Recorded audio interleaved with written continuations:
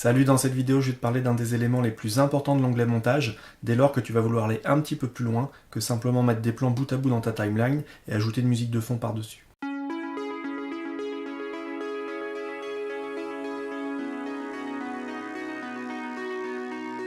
Je veux bien sûr parler de l'inspecteur, qui va te permettre de visualiser et d'éditer tous les paramètres d'un élément présent dans ta timeline. Cet élément peut être un plan vidéo, un plan audio, une image, un titre ou encore une transition. L'inspecteur va aussi te permettre de visualiser et d'éditer les paramètres d'un effet appliqué à l'élément que tu auras sélectionné dans ta timeline. Pour afficher l'inspecteur, c'est très simple, il te suffit dans l'onglet montage d'aller cliquer en haut à droite sur le bouton inspecteur et l'un des deux visualiseurs va disparaître pour laisser sa place à la fenêtre de l'inspecteur. Petite précision importante concernant l'inspecteur, il ne permet de visualiser et d'éditer les paramètres que d'un élément présent dans ta timeline. Ça ne fonctionne pas si l'élément est uniquement présent dans ta bibliothèque de médias. Je te propose maintenant d'aller voir directement dans le logiciel quels sont les paramètres qui vont être disponibles dans la fenêtre de l'inspecteur pour un plan vidéo, un plan audio, une image, du texte ou encore une transition. Je suis dans l'onglet montage de Resolve, j'ai positionné un certain nombre d'éléments dans ma timeline. On va retrouver ici un titre, ici on va retrouver deux plans vidéo avec une transition, ici une image et ici un plan audio. Dans la partie supérieure de l'écran, on retrouve ici le visualiseur de la bibliothèque de médias et ici le visualiseur de la timeline. Lorsque je vais aller cliquer sur le bouton inspecteur qui est situé en haut à droite, le visualiseur de la bibliothèque de médias va disparaître et c'est la fenêtre de l'inspecteur qui va apparaître à la place ici. Pour l'instant, cette fenêtre de l'inspecteur est vide. J'ai deux possibilités pour afficher les paramètres d'un plan à l'intérieur. La première, c'est de cliquer directement dans la timeline sur mon élément. Ces paramètres s'affichent alors dans la fenêtre. La deuxième possibilité, c'est de positionner la tête de lecture au-dessus d'un plan et les paramètres de ce plan vont s'afficher. Si, comme par exemple ici, j'ai plusieurs éléments qui sont superposés et que je positionne ma tête de lecture au-dessus de ces éléments, ce sont les paramètres de l'élément le plus haut qui vont s'afficher dans la fenêtre de l'inspecteur. Si je reviens sur mon plan vidéo, tu peux t'apercevoir que les paramètres sont organisés en groupes. Donc là, dans l'occurrence, j'ai plusieurs groupes qui sont disponibles. Tu vas avoir la possibilité de masquer ou d'afficher le contenu d'un groupe en double-cliquant dessus. Et tu peux activer ou désactiver les paramètres de ce groupe en cliquant sur le bouton à gauche du nom du groupe. Pour modifier la valeur d'un paramètre, il y a plusieurs possibilités. Si ce paramètre comporte un curseur, tu peux cliquer sur le curseur et le déplacer. Tu peux aussi cliquer sur le champ de valeur et rentrer la valeur que tu souhaites. Et la dernière possibilité, c'est de placer le curseur de la souris au-dessus du champ de la valeur, de cliquer, maintenir le bouton de la souris enfoncé, et tu déplaces soit à gauche pour diminuer la valeur, soit à droite pour augmenter la valeur. À droite de chaque groupe et de chaque paramètre, tu t'aperçois qu'il y a deux boutons qui sont disponibles. Le petit losange correspond aux images clés, c'est ce qui va permettre de faire des animations de plans. On verra ça dans une vidéo spécifique. Et le deuxième bouton qui est disponible, c'est le bouton de réinitialisation. Ça veut dire que tu vas pouvoir, si tu le souhaites, réinitialiser individuellement chaque paramètre ou réinitialiser un groupe complet de paramètres.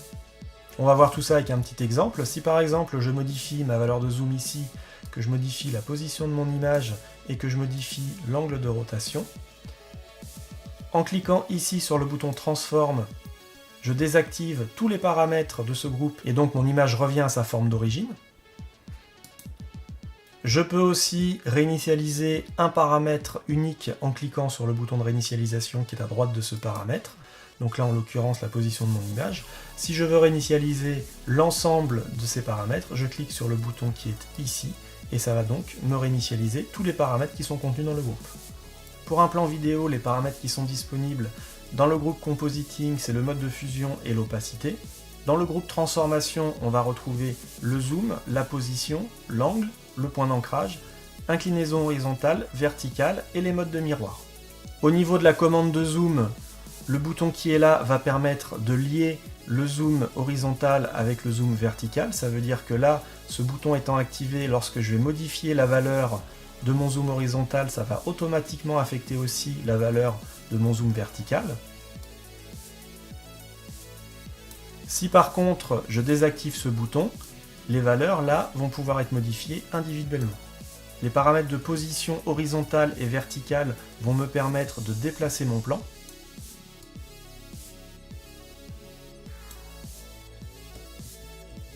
On retrouve ensuite deux paramètres qui sont liés, à savoir l'angle de rotation et le point d'ancrage. Il faut savoir que la rotation s'effectue par rapport à un point fixe. Ce point, c'est le point d'ancrage. Pour l'instant, mon point d'ancrage correspond au centre de mon plan. Ça veut dire que lorsque je vais faire une rotation, cette rotation va être effectuée par rapport au centre qui est ici. Si par contre, je modifie la position de mon point d'ancrage, et bien là, la rotation va s'effectuer par rapport à la nouvelle position de mon point d'ancrage. On trouve ensuite les paramètres d'inclinaison horizontale et verticale.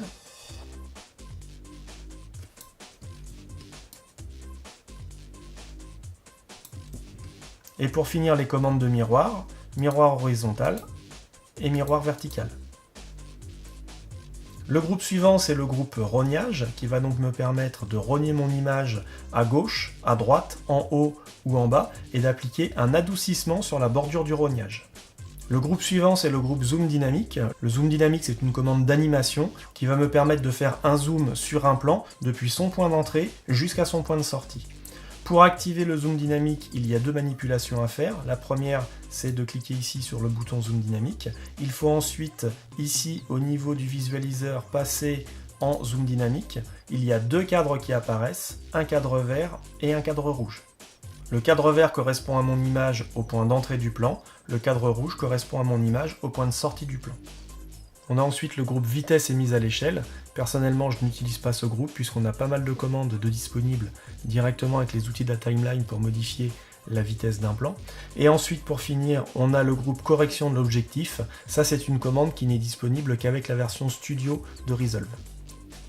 Concernant maintenant les plans audio, le premier paramètre qu'on va retrouver, c'est le volume, qui est réglable de la même façon que pour les paramètres d'un plan vidéo. On va par contre avoir une possibilité supplémentaire de régler le volume directement sur le plan, avec ici le trait horizontal gris qui représente le niveau du volume. Et bien si on amène la souris au-dessus de ce trait, le curseur va changer de forme. On retrouve deux flèches vers le haut et vers le bas. Et en cliquant sur le bouton de la souris et en déplaçant la souris vers le haut ou vers le bas, on va pouvoir augmenter ou diminuer le volume.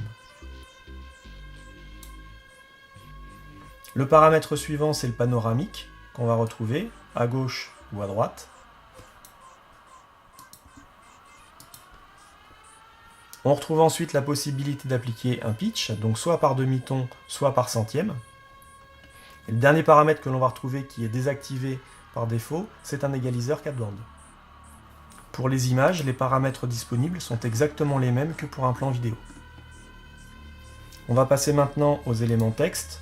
Donc on retrouve ici le champ dans lequel on va pouvoir taper notre texte, un réglage ici de la police, du style, de la couleur, la taille, l'espacement entre les caractères, l'espacement entre les lignes, les effets qui sont disponibles, le réglage de la casse, l'alignement, le point d'ancrage, la position en horizontal et en vertical, le zoom avec la possibilité de lier ou délier l'axe horizontal et l'axe vertical, et l'angle de rotation. Je vais positionner ma tête de lecture au-dessus de mon plan texte. Donc on retrouve le texte ici avec son point d'ancrage qui est au centre, c'est ce qu'on a là. On a la possibilité de déplacer le texte par rapport au point d'ancrage, soit en vertical, soit en horizontal. Et on va pouvoir, si on le souhaite, modifier l'angle de rotation par rapport à notre point d'ancrage. On va avoir ensuite la possibilité de générer des ombres portées avec le choix de la couleur, le décalage horizontal et vertical, des effets de flou et régler l'opacité de l'ombre. On retrouve ensuite la possibilité de générer un contour sur nos lettres avec le choix de la taille et de la couleur. Et pour finir, on a la possibilité de générer un arrière-plan à notre texte. Donc on va pouvoir, pour commencer, régler la hauteur et la largeur. On peut définir ici l'épaisseur du trait de contour et on peut régler la couleur et de notre arrière-plan et du trait de contour de notre arrière-plan. On peut ici régler, si on le souhaite, un rayon de courbure au niveau des angles, plus ou moins prononcé. La possibilité de régler la position de notre arrière-plan par rapport à notre texte. donc en horizontal et en vertical, et la possibilité de jouer sur l'opacité de cet arrière-plan. Dans le deuxième onglet qui est disponible, qui est l'onglet vidéo, on va retrouver le même type de commande que dans un plan vidéo. Alors là, il y a quand même une nuance qui est très importante à connaître au niveau de l'onglet texte et de l'onglet vidéo, c'est que les modifications de paramètres que l'on va faire dans l'onglet texte vont s'appliquer uniquement au texte. Les modifications de paramètres que l'on va faire dans l'onglet vidéo vont s'appliquer au cadre de notre texte. Je vais illustrer ça avec un exemple au niveau de la rotation du texte. Donc là, par exemple, je vais aller chercher un point d'ancrage comme ça. Je vais appliquer un angle de 50 degrés, et là, on peut s'apercevoir que le texte sort de notre cadre. Si maintenant je vais dans l'onglet vidéo et que j'applique un angle inverse à celui que j'ai appliqué dans l'onglet texte, donc ici, moins 50, on s'aperçoit que le cadre a pivoté, mais comme le texte ici était sorti du cadre, eh bien, il n'apparaît plus maintenant à cet endroit-là. Donc ça, c'est une nuance qu'il est très important de connaître. C'est pas quelque chose qui va servir très souvent, mais ça peut être très utile par exemple pour faire des effets d'apparition ou de disparition de texte. On va maintenant passer aux transitions. Donc quand on clique sur une transition, les paramètres de la transition s'affichent ici.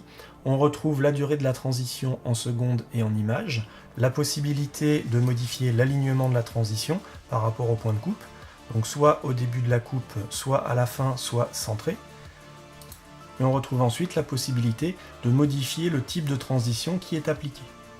Les paramètres qui sont disponibles dans le groupe suivant dépendent directement de la transition que tu as réglée dans les champs qui sont là. Donc là j'ai choisi fondu vers une couleur, on retrouve ici les paramètres qui s'appliquent à la transition fondu vers une couleur. Il y a un dernier type d'élément dont les paramètres sont modifiables dans la fenêtre de l'inspecteur, ce sont les effets que l'on applique aux plans qui sont présents dans la timeline. Pour te montrer ça, je vais retourner ici sur mon clip vidéo. Je vais lui appliquer un effet par exemple de flou directionnel. Et tu peux t'apercevoir que dans la fenêtre de l'inspecteur, il y a un nouvel onglet qui est apparu, qui est l'onglet OpenFX. Et si tu cliques sur cet onglet OpenFX, tu peux t'apercevoir que l'effet de flou directionnel est dedans. Tu vas pouvoir régler ici tous les paramètres qui sont présents pour cet effet. La version 16 de Resolve apporte une petite nouveauté au niveau de l'inspecteur, puisque tu vas pouvoir maintenant directement depuis la fenêtre de l'inspecteur utiliser les commandes de stabilisation de plan, alors que jusqu'à la version 15 de Resolve, il fallait passer par l'onglet étalonnage pour réaliser cette fonction. Je te rappelle que la version 16 de Resolve est encore actuellement en version bêta. Je te déconseille de l'utiliser dans l'immédiat pour du montage vidéo. Il y a trop de risques de bugs et de plantage. Si tu veux faire de la stabilisation de plan avec la version 15 du logiciel, je te mets en haut le lien vers ma vidéo de présentation de cette fonction. Voilà, c'est la fin de cette vidéo. J'espère que le contenu t'a intéressé. Si c'est le cas, mets un petit pouce vers le haut. Tu peux aussi t'abonner à la chaîne. Je te dis à très bientôt sur Ref pour un nouveau tuto sur DaVinci Resolve en français. Salut!